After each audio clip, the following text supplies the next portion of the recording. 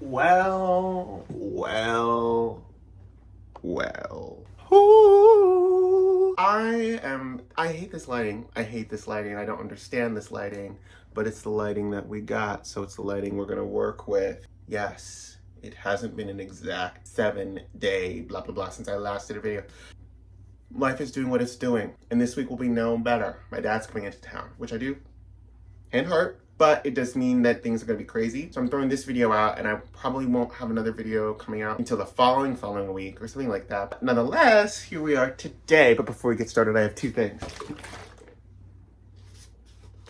Snapple Beach. She has, except I made a mistake and got the 0 sugar, which explains elements. But nonetheless, she's back. She's been out of my life for a moment, but here she is now.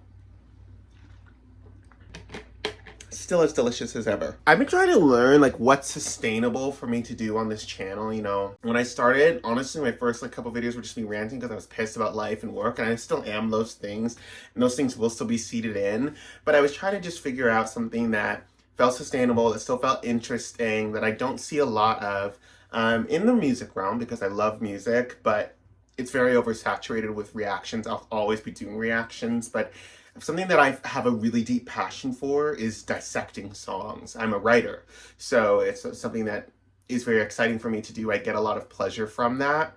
So I think that we're going to finally have a series on my channel called Dr. Dissection, Song Analysis, and Vibes. I don't really know if that'll be the official name yet. I literally just thought of it on the spot. But nonetheless, I can still talk about pop culture and also have it in a way or in a style that is exciting to me. And this is something that I know that you guys can come to my channel for, because it's something I have a really deep passion about.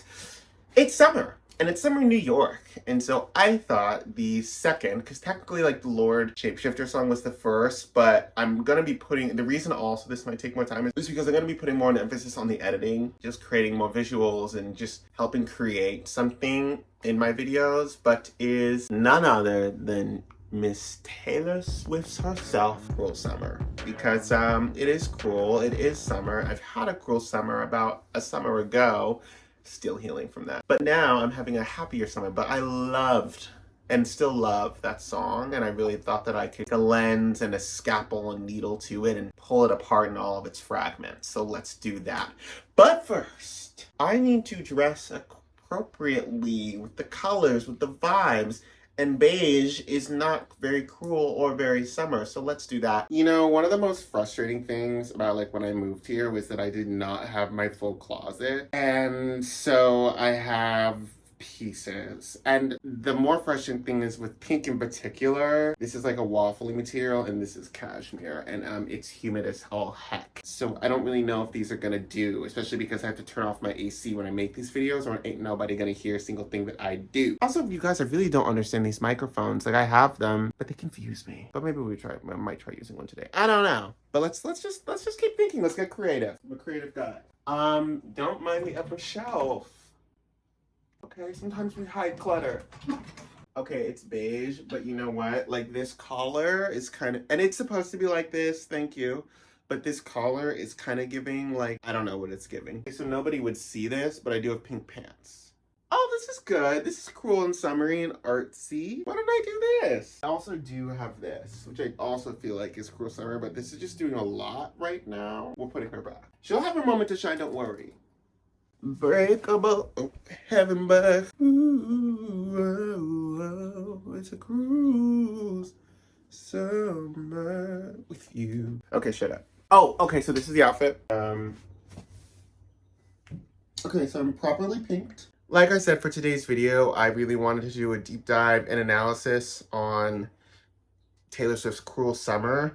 This channel is the protagonist, right? And one of the reasons I titled it that was because I really wanted to analyze as many things as I can, talk about as many things as I can, without necessarily drawing on the person behind the body of work, which includes me too. You will also be seeing me looking down a lot, just because I have a lot of notes, because I take a lot of time to make sure I'm putting info out on the internet that is interesting and exciting. I think generally speaking, this will be really interesting because it's a breakdown of a song that is so widely known. And not only that, but also like it's widely known in the sense that I can hear it, right? So of course tone can play a lot in how something is understood or misunderstood. But I'm sort of trying not necessarily to focus on tone, which means I'm going to be trying to analyze this without thinking of how the song is sung. And I hope you guys are excited to come along that ride with me. A literary analysis generally means that I'm going to be analyzing the song through the lens of English. Please like and subscribe. This is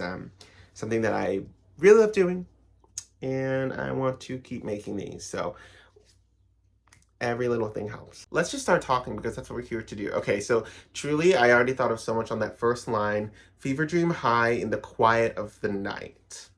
I think the first thing that I'm drawn to is the summer heat and desperation that instantly comes forth from that first line. The word fever evokes the imagery of a sickness. And with that comes something that's hazy, that can't be processed properly. So already, I'm understanding that I'm stepping into a world where, of course, as is then laid out, the relationship in and of itself or situation that the protagonist is talking about is complicated, messy, not under control, not fully understood. And it's in the present tense, right? It's fever dream high in the quiet of the night. It's not the fever dream was high. So we are rocking through this with the protagonist, which I think makes it even more exciting, and you can feel that fast pace breath and heat when of course we do hear the song. But I said I wasn't going to be trying to do that, but point being, it's important just when we're talking about sort of what comes to mind from this imagery. There's also something to be said about it happening in the quiet of the night, which you could argue plays against the idea of it being a fever, which is hot and which is heat. But I actually think that that's what's really exciting about this song. It's wild and it's an unruly love affair, right? That seems so bright and blinding, yet it's done so or in secrecy, only in the quiet of the night. Nobody knows. The high of the fever is shared between the protagonist and whoever this lover is, and nobody else. Then we roll into, you know that I caught it. Oh yeah, you're right, I want it.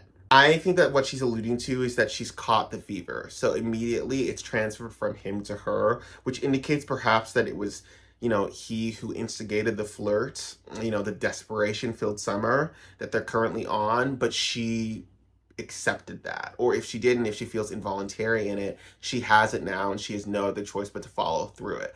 Later she writes the line, I snuck through the garden gates every night that summer just to seal my fate. So this is the beginning of it, saying, okay, now that I've caught that fever, I have no other choice but to follow through to the end. If it ends in ashes or in love, I'm there to embrace it. I have no other choice. Bad, bad boy, shiny toy with a price, you know that I bought it. Then with what's interesting is the addition of him being a bad boy shows that perhaps this person would be the type to instigate mess and be the reason behind the affliction or the fever. So she's adding insight into the kind of person who she caught the fever from, which she had done so beautifully and is a really important addition to the song. And the price to pay that she bought is getting swept up in the madness. It's the love, it's the freedom, and she's gonna buy it. Which I think also further indicates that this was an active choice.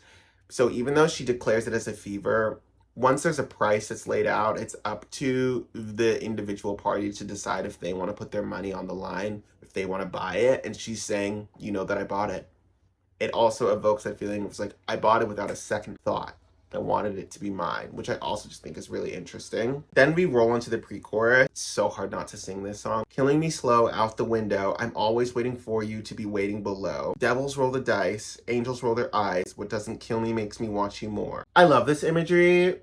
For me, I feel I sense very strongly the Romeo and Juliet references, or Rapunzel, whatever. Even if she doesn't directly reference it, this stanza reminds me of the balcony scene. That's what I've always thought. And it's so there's this romantic high that's slowly killing you, but one where you cannot stop. She's always waiting for him to show himself in their garden, below her bedroom, whatever it may be. But the reason it's a slow kill is because, remember, he's a bad boy. So he isn't honorable. The first indication is all of this happening under the cover of darkness, which, yes, can be romantic, but it can also indicate shame, indifference, and casuality. So as the bad boy, he's probably going to be erratic with at what points he chooses to show up. So he might say, I'll be there at 10 p.m., but not get there until midnight or later. but she doesn't have the strength to pull away because she finds his interest and then disinterest incredibly intoxicating. And so we have that fever that's just like throbbing in her brain, and she doesn't want to not wait for him. And you know you have a good songwriter when you can turn all of the blah blah blah nonsense that I just said into a couple of lines and it reads bulletproof. This is really funny to me. This could be literal or an analogy depending on the points of belief that you have or just the vibes. But so if we take it literally for a second, the protagonist is aware that while the summer fleeing may go unnoticed by their friends and family, right? Because it's happened in the dead of night, in the quiet of the night. She knows that there are heavenly and hell-like figures that are very aware of what's going on. I do think it's an interesting point to note that she's saying that she's aware that they're commenting on her relationship, which means once again, there is an active choice in what she's doing because she knows that people or, Bible-like figures are judging her. It also could even be sort of like, the angel and the devil on her shoulder, and it's sort of acknowledging that both of them are having their own thoughts about it, but you're still ignoring them and you're just pushing forward. Even without the devil's like direct influence, he's rolling dice, deciding what the outcome may be, and the angel is rolling her eyes because probably this isn't the first time you've done this. And then if we're taking them figuratively, which I find equally interesting, she's actually equating her friends, family, or even perhaps just the town or the neighborhood or even the fans as angels and devils, aware that they're all inconsequential when it comes down to the choices that she makes, but she also knows they will be having full-fledged thoughts, opinions, articles, YouTube videos made about her and about this relationship or this situationship, and she still is just going to plunge right forward into it, 10 toes down. Then we move into the chorus, and it's new, the shape of your body, it's blue, the feeling I've got, and it's ooh, whoa, oh, it's a cruel summer. That was a really crazy way to say that, but whatever. Here's sort of what I was just like gleaming from it this time around. Okay, so I think that this stanza is where we get the beginning of clarity of the fever, which by the way she's throughout the song still very much fevered, but there are moments from a fever when you could have a slight cool down, and this I think is the first instance of that. So everything about him is brand new, right? Because it's new, the shape of your body, it's blue. So with every iteration of him, the previous is wiped from her memory and she's newly obsessed with the current version of him that's in front of her. Or the protagonist, I should say. But, and this is what I was talking about when I said that there are moments of clarity, because it's recognizing it's blue, right? So she's putting a connotation between a body and a color. And there are a lot of references to blue being a person in a lot of her songs. For a long time we thought that was Joe, but TBH, since TTPD, a lot of these timelines have been thrown around and burned, and so I don't really know who this is truly about, but that's also not the point of this video. I do think it's interesting, but I don't think that it's interesting for this purpose in this type of video that I want to make. But for me, blue can mean a wide open sky, sky blue. But generally speaking, it's more commonly referred to when someone's feeling sad and low. So I think there's an element of torture to this person. When you're stating that the shape of someone's body is blue, for me it feels like their shoulders are hunched over, they're a little withdrawn, they're insular, they're not open to the world. And so she's recognizing that quality about him, and yet it's fun, and yet she still once again is deciding to go forward with it. Then when she finally says, oh, it's a cruel summer, it's funny because you could take it either two ways. It's like she's either being sarcastic, which sometimes I read that as like, it's a cruel summer, but then other times I think she's being so freaking serious, and that she finds it cruel because while she's starting to recognize his blueness, she also still finds him terribly intoxicating, and she's continuing to run down this road with him. Okay, we have the rest of the chorus. Oh my god, I'm so bad. It's cool, that's what I tell him, no rules, unbreakable heaven, but oh, it's a cruel summer with you. So, this, once again, just further points, it's like, the only rule is that there are none. The unbreakable heaven of her feelings towards him won't shatter, even with all the tricks that he pulls, once again, which I think perfectly ties back to the idea that it's new, the shape of your body. So he's flipping different angles of himself, she's flipping with him. They're both digging each other deeper and deeper into this fevered high of the night. Then we go into the following verse. Hang your head low in the glow of the vending machine. I'm not dying. You say that we'll just screw it up in these trying times. We're not trying. So here, once again, we have a little bit more further clarity. And it's also, I think this happens when you start to get obsessed with someone, you find new faults, but those faults become what make them more interesting. And I think that that's what this song is also expressing here. Um, and here he's sort of saying the protagonist is stating that at one point her love interest goes, you say we'll just screw it up in these trying times. And she retorts, we're not trying. And for me, when she's also stating right before that it's hang your head low in the glow of the vending machine, it's like he can't even express his stance of feeling like their relationship would be doomed if they tried anything further without lowering his head. And the fact that he did this in the glow of a vending machine, right? Because when we think of a glow, we think of light. And if you remember, the very first line is fever dream high in the quiet of the night. So I think a lot of his confidence and actions are strongest in shadow, and then when he's brought to the light, he almost can't confront his own truest thoughts, so he's hanging his head low in the glow. And I think that that's really beautiful imagery. Then we have the pre-chorus. So cut the headlights, summer's a knife, I'm always waiting for you just to cut to the bone. Devils roll the dice, angels roll their eyes, and if I bleed, you'll be the last to know. Once again, this is stunning, this is gorgeous. So cut the headlights. In other words, she's saying, okay, we don't need to confront this. It's cool. She recognizes that he can't handle anything being brought to the light. So she's like, let's just cut those headlights. Let's just admit that summer is a knife. I'll just accept what this is for what it is. Once again, the devils and angels are watching, but she doesn't care. And if she does feel pain, which she knows that she might, the last person that she could trust or share that information with would be the love interest in question, because he's not strong enough to handle it. He can't accept anything that's in the light. He'll leave, and she's not ready for that.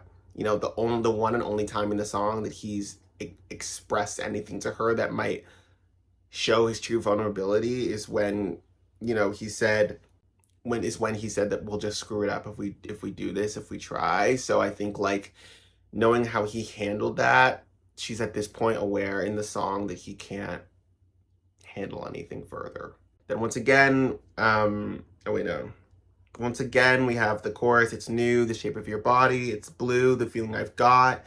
It's a cruel summer. It's cool. That's what I tell him. No rules, unbreakable heaven. But oh, it's a cruel summer with you. I'm not necessarily going to break that down again, but it's just important, it's further cementing where we are, what's going on, and that he is the person for her at this moment in time. But then we go into the bridge. I'm drunk in the back of the car, and I cried like a baby coming home from the bar. Said I'm fine, but it wasn't true. I don't want to keep secrets just to keep you. So this is a largely plain stanza, which I love, mixed into such a metaphorical heavy song. She's breaking down. The fever is too high. She can't handle it anymore. She's shouting with anger and pain, both in the delivery of these words, but just in general. She's saying, I don't want to keep secrets just to keep you. That's a very heavy truth, but also one that she's shouting in the back of a cab, not with this man. And you also get the feeling that she's in motion, so she's either going to him or from him, and she's also already intoxicated. And you could also say that she's drunk on liquor, but it also could be love and feeling and confusion and fever. And I snuck through the garden gate every night that summer just to seal my fate. And I screamed for whatever it's worth, I love you ain't the worst thing you ever heard. He looks up grinning like a devil. So, she's going, oh God, I know what I did. I'm just as complicit as in this crime as you. And then we roll on and it's going, so now she has expressed something to him. But it isn't the I don't want to keep secrets just to keep you. Then bam, she can't keep it in anymore. And I promise you this is exactly what he wanted, because he's a love sucker, a romantic vampire, a devil. He grins because he finally has her right where he wants her, vulnerable and raw, just like how he feels, only to once again push it further because, well, it's the cruel summer. So the song ends with the repeated chorus, and it's new, the shape of your body. It's blue, and I've got it. Ooh, it's a cruel summer. It's cool. That's what I tell him. So the song continues with a repeated chorus and outro. Ultimately, I think the song is such a fantastic expression of when you feel trapped within your own feelings and as if you have no other choice but to follow them because rationale is has pieced out of the building. Like I said, I have totally had this. So please like comment like a, I don't know, like a sun emoji, I guess. Like if you have had yourself a cruel summer but okay, that is all. I will talk to you guys later.